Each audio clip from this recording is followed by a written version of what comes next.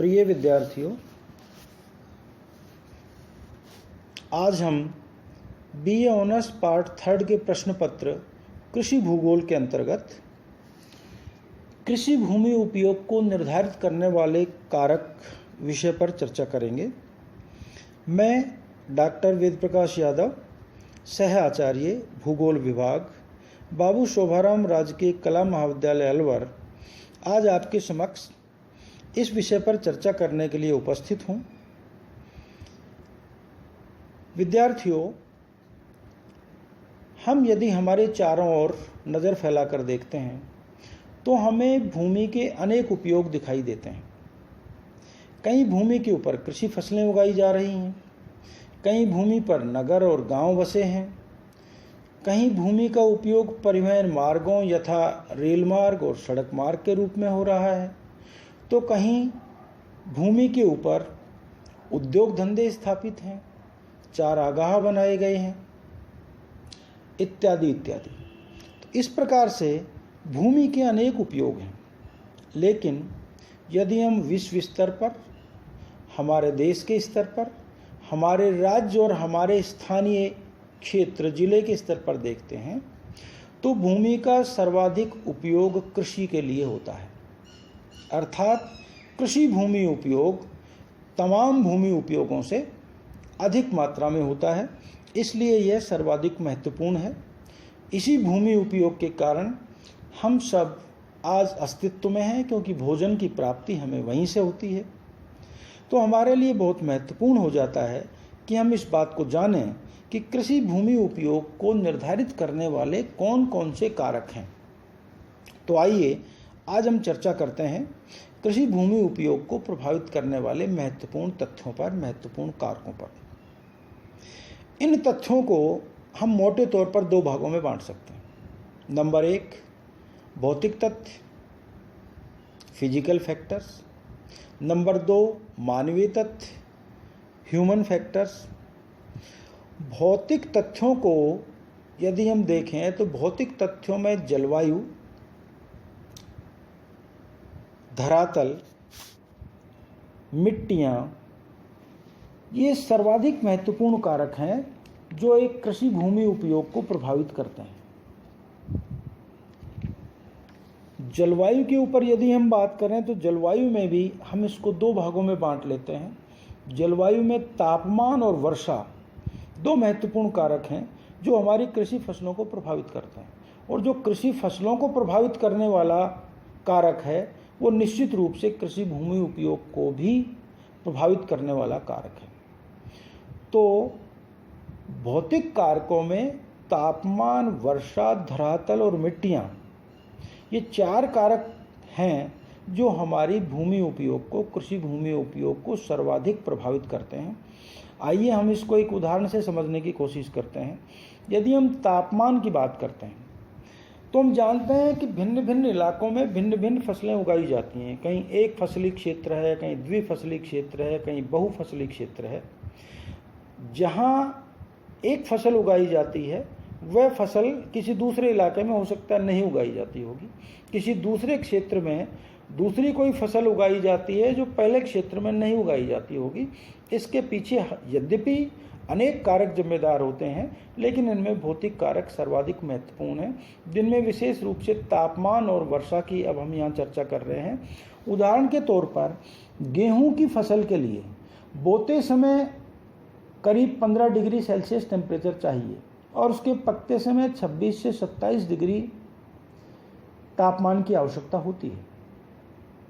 अगर वर्षा की बात करें तो उसके लिए आदर्श जो वर्षा है वो है 50 से 75 सेंटीमीटर वार्षिक वर्षा, और यदि इससे कम वर्षा उपलब्ध है तो वहाँ पर सिंचाई का सहारा लेना पड़ता है। अब इसका कंपेयर करते हैं हम गन्ने की फसल से। गन्ने को यदि हम उगाते हैं तो गन्ने को उगाते समय या गेहूं को उगाते समय लगभग 15 डिग्री सेल्सियस टेम्परेचर चाहिए, तो गन्ने को उगते समय लगभग 20 डिग्री सेल्सियस टेम्परेचर की आवश्यकता होती है। और गन्ने की बढ़वार के लिए 20 से 25 डिग्री सेल्सियस टेम्परेचर चाहिए, और इसके पकाव के समय भी 25-27 डिग्री सेल्सियस टेम्परेचर चाहिए। वर्षा का जहाँ तक प्रश्न है, गन्ने में गेहूं से कहीं ज़्यादा वर्षा की आवश्यकता होती है। गन्ने के लिए 100 से 200 सेंटीमीटर वार्षिक वर्षा का होना आवश्यक है। यदि इससे कम वार्षिक वर्षा होती है तो गन्ना यद्यपि सिंचाई के माध्यम से उगाया जा सकता है, लेकिन गन्ने की गुणवत्ता पर उसका बहुत असर आता है। गन्ने की गुणवत्ता कम हो जाती है अगर वर्षा की मात्रा कम है तो यहाँ हमने देखा गेहूं और गन्ना, दो फसलों के माध्यम से हमने तापमान और वर्षा को कंपेयर करके देखा। एक क्षेत्र में जब गन्ना होता है वहाँ पर गेहूं का उगाया जाना, और जहाँ पर गेहूं होता है वहाँ पर गन्ने का उगाया जाना लाभदायक है या नहीं है। ये इन बातों पर डिपेंड करता है कि उस क्षेत्र में वर्षा और तापमान की क्या दशाएं हैं। इसी तरह से यदि हम दूसरे फैक्टर की चर्चा करें, धरातल, तो धरातल को लेकर के हम देखेंगे, यदि हम तुलना करें चावल और चाय की, चावल के लिए हम जानते हैं समतल भूमि चाहिए, एकदम समतल भूमि चाहिए, क्योंकि चावल के पौधे को रोपते समय 10 से 15 दिन तक उसमें पानी लगातार खड़ा रहना ही चाहिए। खेत में पौधे की जड़ों में पानी रहना ही चाहिए। जबकि चाय एक ऐसा पौधा है जिसको वर्षा की अधिक आवश्यकता है, लेकिन उसकी जड़ों में पानी नहीं रुकना चाहिए। इसलिए चावल जहाँ समतल भूमि में होता है तो चाय वहीं ढालू भूमि में उगाई जाती है। इसी कारण से चावल का जो बड़ा उत्पादक क्षेत्र है भारत में, उत्तर प्रदेश है, पंजाब है, जो समतल मैदानी क्षेत्र है। और चाय के लिए असम जैसा राज्य जहाँ पर ढालू भूमि है, पहाड़ी भूमि है, जहाँ ढाल पर्याप्त है, वहाँ पर चाय उगाई जाती है। तो ये धरातल एक महत्वपूर्ण कारक है, जो भौतिक तथ्य है जो हमारी कृषि भूमि के उपयोग को प्रभावित करता है। इसी तरह से मिट्टियाँ हैं, जैसे कपास की मिट्टी के लिए लावा मिट्टी, उसकी फसल के लिए, कपास की फसल के लिए लावा मिट्टी चाहिए, लावा युक्त मिट्टी चाहिए। इसी तरह से बाजरे की मिट्टी के लिए रेतीली मिट्टी उपयुक्त रहती है, गेहूं के लिए दोमट मिट्टी उपयुक्त रहती है, चावल की जो फसल है उसके लिए कछारी मिट्टी उपयुक्त है। तो अलग अलग फसलों के लिए मिट्टी की भी अलग अलग आवश्यकताएं हैं। तो इस तरह से हम कह सकते हैं कि ये भौतिक तथ्य हमारी कृषि भूमि उपयोग को बहुत प्रभावित करते हैं। इसी प्रकार से मानवीय तथ्य हैं। इन मानवीय तथ्यों को हम भिन्न भिन्न भागों में, सामाजिक, आर्थिक, सांस्कृतिक, राजनीतिक भागों में विभाजित कर सकते हैं। बहुत महत्वपूर्ण कारक है कृषि भूमि को प्रभावित करने वाला आर्थिक कारक। आर्थिक कारक की दृष्टि से यदि हम देखें तो अनेक विद्वानों ने आर्थिक कारकों के आधार पर अपने सिद्धांत दिए हैं जो कृषि भूमि के उपयोग को प्रभावित करते हैं। जैसे वान थ्यूनेन महोदय ने दिया, इसी प्रकार से दूसरे लोगों ने भी दिए। तो आर्थिक कारक बड़ा महत्वपूर्ण भूमिका अदा करता है कृषि भूमि उपयोग को प्रभावित करने में। उन क्षेत्रों में वही फसलें उगाई जाती हैं जो आर्थिक दृष्टि से ज़्यादा लाभदायक होती हैं। आज की तारीख में यदि हम देखें तो शहरों के आसपास के क्षेत्र में आपको सब्जी की फसलें उगाई जाती हुई अधिक दिखाई देती हैं बजाय खाद्यान्न फसलों के। क्यों? क्योंकि सब्जी की आवश्यकता शहर के लोगों को अधिक होती है। शहर में नज़दीक क्षेत्र से सब्जियों को तोड़कर आसानी से पहुंचाया जा सकता है। सब्जियों को तोड़ करके जब हम शहर में पहुंचाते हैं, सब्जियों की फसल की हमें ताज़ा आमदनी होती है, प्रतिदिन आमदनी हो जाती है, नंबर 1 फ़ायदा। और नंबर 2, सब्जियों का जो मूल्य है वो सामान्यतः उसकी लागत की तुलना में किसान को ठीक मिल जाता है। इसलिए शहरी क्षेत्रों के आसपास सब्जी की फसलें बहुत उगाई जाती हैं, जबकि दूर दराज के क्षेत्र में वो फसलें उतनी नहीं उगाई जाती, क्योंकि दूर दराज के क्षेत्रों से मंडियों में सब्जी को लाने में सब्जी के खराब होने का अधिक डर है, उसकी परिवहन लागत अधिक आती है, इसलिए उसका कुल मूल्य बढ़ जाता है, इसलिए किसान को उतना ज़्यादा मुनाफा नहीं होता है। तो ये भी एक फैक्टर है जो आर्थिक कारक है। इसी तरह से परिवहन मार्ग हैं, सांस्कृतिक कारक हैं। परिवहन मार्ग भी प्रभावित करते हैं किसी फसल को भूमि को उपयोग में लेने के लिए। जहाँ अच्छे परिवहन मार्ग हैं वहाँ से किसान अपनी फसलों को एक स्थान से दूसरे स्थान पर ले जा सकता है। जहाँ ये मार्ग नहीं है वहाँ पर इनको ले जाना बड़ा मुश्किल होता है, मंडियों तक माल को पहुँचाना मुश्किल हो जाता है। इसलिए परिवहन मार्ग है, यातायात के साधन हैं, ये तमाम बातें भी हमारे कृषि भूमि उपयोग को प्रभावित करने वाले हैं। इसी तरह से सामाजिक जो समूह हैं वह भी कृषि भूमि उपयोग को प्रभावित करते हैं। उदाहरण के तौर पर यदि मैं अलवर ज़िले में आपको उदाहरण दूं तो कुछ इलाकों में सिख जाति के लोग बसे हुए हैं जिन्होंने पंजाब में कपास, गन्ना और धान की फसलें उगाई थीं। यद्यपि अलवर की जलवायु उसके लिए ज़्यादा अच्छी नहीं है, बेहतर नहीं है, जलवायु दशाएं उतनी बेहतर नहीं है, लेकिन उसके बावजूद भी जो यहाँ का सिख किसान है वो कमोबेश मात्रा में चाहे उगाए लेकिन गन्ना उगाता है, वह कपास की फसल भी लेता है। वह कुछ गांवों में हमने यह भी देखा है कि वो धान भी उगाता है। यद्यपि यहाँ पानी की बहुत कमी है लेकिन फिर भी वह अपने उपयोग के लिए छोटे से टुकड़े में धान की खेती भी कर लेता है। तो ये भूमि उपयोग को प्रभावित करने में एक सामाजिक कारक हो गया।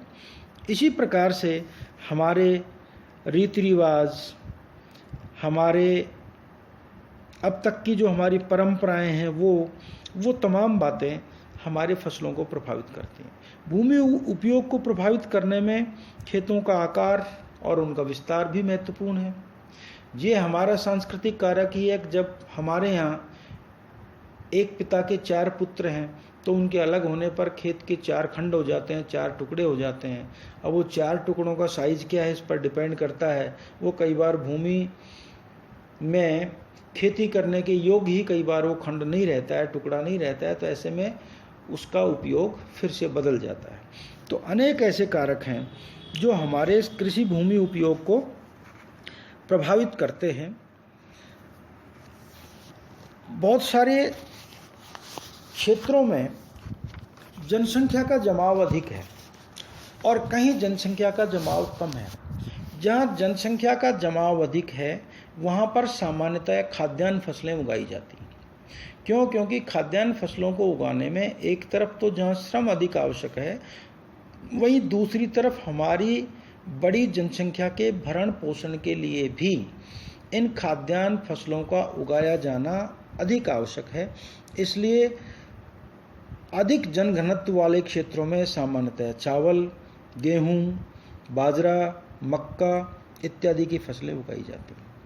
इसी प्रकार से जिन क्षेत्रों में जहाँ तकनीकी विकास अधिक हुआ है, जहाँ के किसान के पास पूंजी अधिक है, धन अधिक है, उन क्षेत्रों में व्यापारिक फसलें उगाई जाती हैं। गन्ना है, जैसे कपास है, जैसे बागवानी की आजकल नया चलन चला है, फूलों की खेती, बागवानी मतलब सब्जी और फलों की खेती। तो इस तरह के जो भूमि उपयोग हैं ये भी हमारे आर्थिक कारकों से प्रभावित हो रहे हैं। आर्थिक कारकों के परिवर्तित होते ही हमारा कृषि भूमि उपयोग बदल जाता है। इसके अलावा जो तकनीकी कारक मैंने बताया, यदि आज जो तकनीक हमारे पास है, मान लीजिए हम नाली के द्वारा खेत में सिंचाई करते हैं और हमारे यहाँ सिंचाई के लिए पानी की कमी है, वर्षा भी कम होती है। ऐसी स्थिति में हम ज़्यादा पानी के उपयोग वाली फसलें वहाँ पर नहीं उगा सकते। लेकिन यदि हम ड्रिप इरिगेशन सिस्टम का या हम स्प्रिंकलर इरिगेशन सिस्टम का उपयोग करते हैं, फव्वारा सिंचाई या ड्रिप सिंचाई से काम लेते हैं, तो हम वहाँ पर फसलें उगा सकते हैं। वहाँ हम एक एक पौधे को ड्रिप सिंचाई के द्वारा कम पानी में अधिक फसलें मतलब ले सकते हैं। तो इस प्रकार से हमारी तकनीक का क्या स्तर है, हमारा आर्थिक स्तर क्या है, हमारी जनसंख्या का घनत्व क्या है, जनसंख्या का वितरण किस तरह का है, हमारे सामाजिक मूल्य क्या हैं, हमारे किसान की अपनी सोच क्या है, हमारी जो नई पीढ़ी है और हमारी जो पुरानी पीढ़ी है उसके विचारों में अंतर आ रहा है। उनके विचारों का जो अंतर, उनके जो बदलते मूल्य ये सब भी हमारे कृषि भूमि उपयोग को प्रभावित करने वाले कारकों में से एक हैं। उदाहरण के तौर पर हमारे यहाँ अब जो नया किसान है, नई पीढ़ी का किसान है, वो ज़्यादातर कॉमर्शियल क्रॉप्स की तरफ बढ़ रहा है। वो वाणिज्यिक फसलों में ज़्यादा भरोसा करता है क्योंकि उससे आर्थिक लाभ होने का अधिक संभावना रहती है।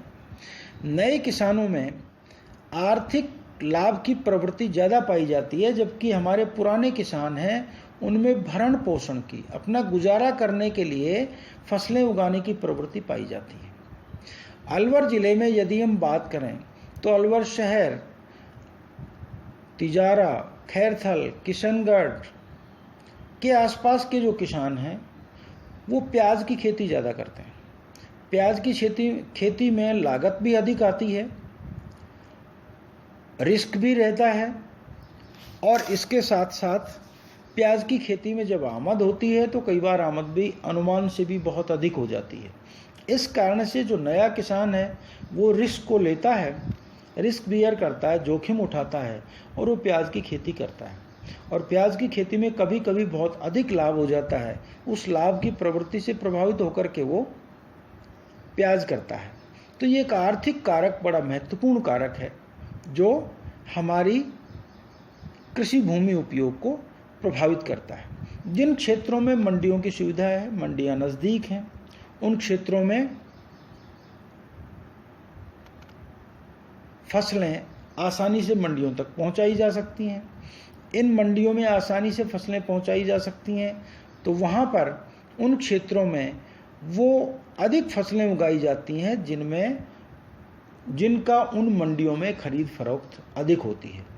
आज हमारी सरकारें भी कोशिश कर रही हैं, उनकी भी अपनी योजना है कि हम किसान को नज़दीक से नज़दीक मंडी सुविधाएं उपलब्ध करवाएं। उसके पीछे भी यही कारण है ताकि किसान की परिवहन लागत कम आए और किसान उन फसलों को उगा सके जिसमें परिवहन लागत से कुल लागत ज़्यादा प्रभावित होती है। तो इस तरह से हम देखते हैं विद्यार्थियों कि हमारे कृषि भूमि उपयोग को प्रभावित करने में जहाँ एक और भौतिक तथ्य महत्व रखते हैं, वहीं दूसरी ओर हमारे मानवीय तथ्य भी महत्व रखते हैं। यद्यपि भौतिक तथ्यों की अपनी महत्ता इतनी है कि मानवीय तथ्य उनके ऊपर विजय प्राप्त नहीं कर सकते। हम केवल उनमें थोड़ा परिवर्तन कर सकते हैं लेकिन आमूल चूर परिवर्तन नहीं कर सकते। लेकिन उसके बावजूद भी मानव ने चूँकि अपनी तकनीकी विकास किया है, अपने ज्ञान को विस्तार दिया है, ज्ञान में बहुत उच्च श्रेणी का ज्ञान आज मानव के पास है, इसलिए मनुष्य अपनी कृषि फसलों को अपने ज्ञान, अपने संस्कृति, अपने सामाजिक और आर्थिक जो पहलू हैं उनसे प्रभावित करता है। राजनीतिक तथ्य भी फसलों को प्रभावित करते हैं। उदाहरण के तौर पर मैं बताऊं कि जैसे अफीम की खेती है, अफीम की खेती सरकारी नियंत्रण में होती है। सरकार जहां अनुमति देती है वहीं पर अफीम की खेती हो सकती है, अन्य स्थानों पर अफीम की खेती नहीं हो सकती। तो ये राजनीतिक कारक भी हैं जो हमारी कृषि फसलों को, कृषि भूमि उपयोग को प्रभावित करते हैं। आज के इस वीडियो में इतना ही।